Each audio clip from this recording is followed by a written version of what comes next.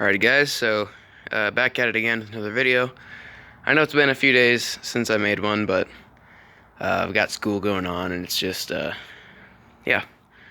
So, today is going to be a video on what you should do to get your quad ready for winter, something to that extent. So, we're just going to go through all the maintenance tips and tricks and stuff you need to do before winter time with your quad.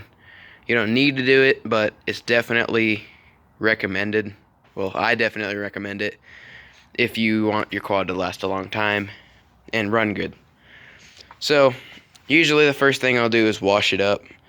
And I still use my quads in the winter time for hunting, just messing around, drifting out there in the lot.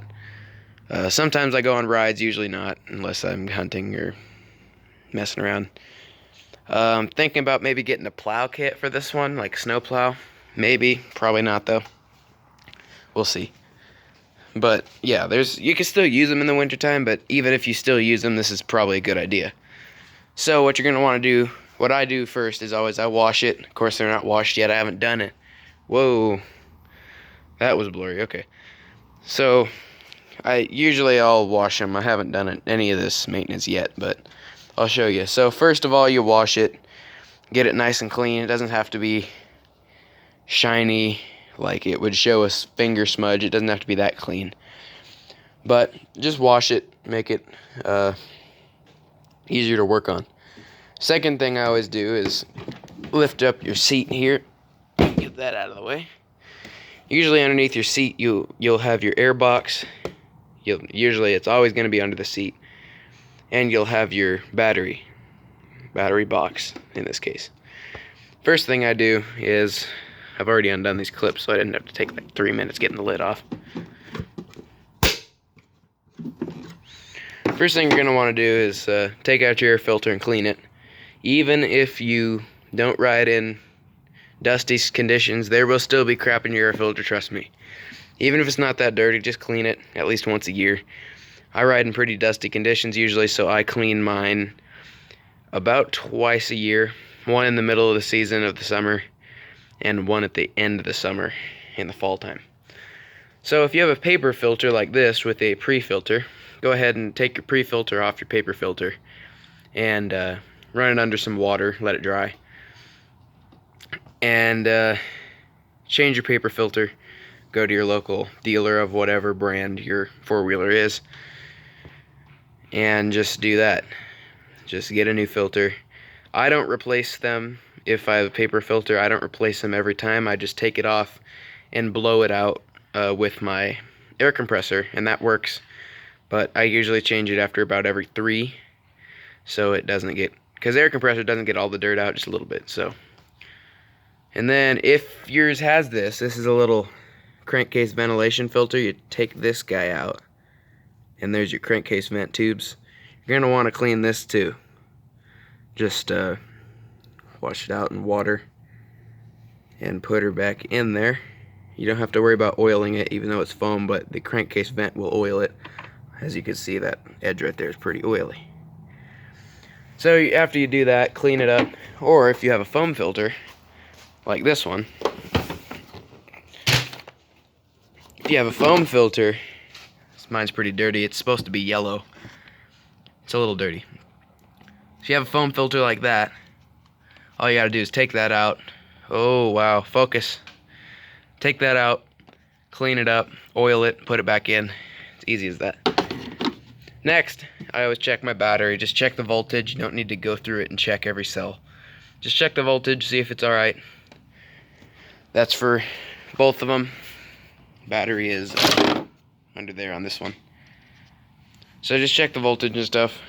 If you're not going to use it for the winter time, always put fuel stabilizer or seafoam or some sort of fuel stabilizer in your gasoline so it doesn't gum up over the winter. This one has fuel injection, so it doesn't really do that much, but you know, just do it anyway. And pretty much the last one I'd say is change your oil. I always change my oil once a year. I'm not gonna have to do it on this one because I got this thing like halfway through the summer. It doesn't have very many miles on it, and I'm not gonna do it to this one either until probably halfway through next summer because I changed it. I changed it this spring, but I've only put like maybe 10 hours on it, and it's just not much. Change it about every 50 hours, I'd say, if you're running good oil. And if you're gonna use it in the winter time, you might want to change it to thinner oil.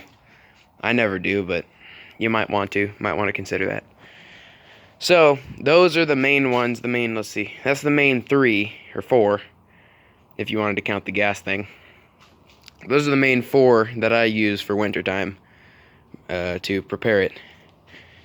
Even though I use it in winter, I still do that just for maintenance. If you really wanted to, you could bleed the brakes, like change your brake fluid and stuff, but as long as it doesn't look like this, then you should be alright. This needs to be changed real bad. So as long as it don't look like that, you should be good. Check your tires, make sure there's no cuts or anything in them. Check the pressure. You know, just simple stuff. If you wanted to, you could check your torque converter belt, but I don't think there's a need. And yeah, that's about it. So, oh yeah, if you have a coolant, check your coolant. Even though it's winter, still, check your coolant. You should do that every few rides because sometimes it'll eat through it or it'll send it out the blow-off valve or something. Might get too hot or something, I don't know. But if you have a liquid-cooled motor, check your coolant. So that is about it for winterizing your quad. This works for any quad. One more little tip is if you're new at this, if you change your own oil. A lot of people just take it into the shop, but I think you should change your own. It saves a lot of money and time. If you change your own oil, you're going to need to find your dipstick. Usually it's going to be down here on the opposite side of this, of course. But it's going to be down here somewhere behind probably one of these panels. If you have a higher displacement quad, it might be up here, might be under this, it might be in there somewhere. I've even seen some that are like up here by the coolant on some of the older ones. It's really weird, but you're going to need to find the dipstick or the fill hole, obviously, if you're going to want to put oil back in it. So, yeah, that's how you winterize your ATV, quad, UTV. They all work. So I'll see you guys in the next video. Till then, have a great day.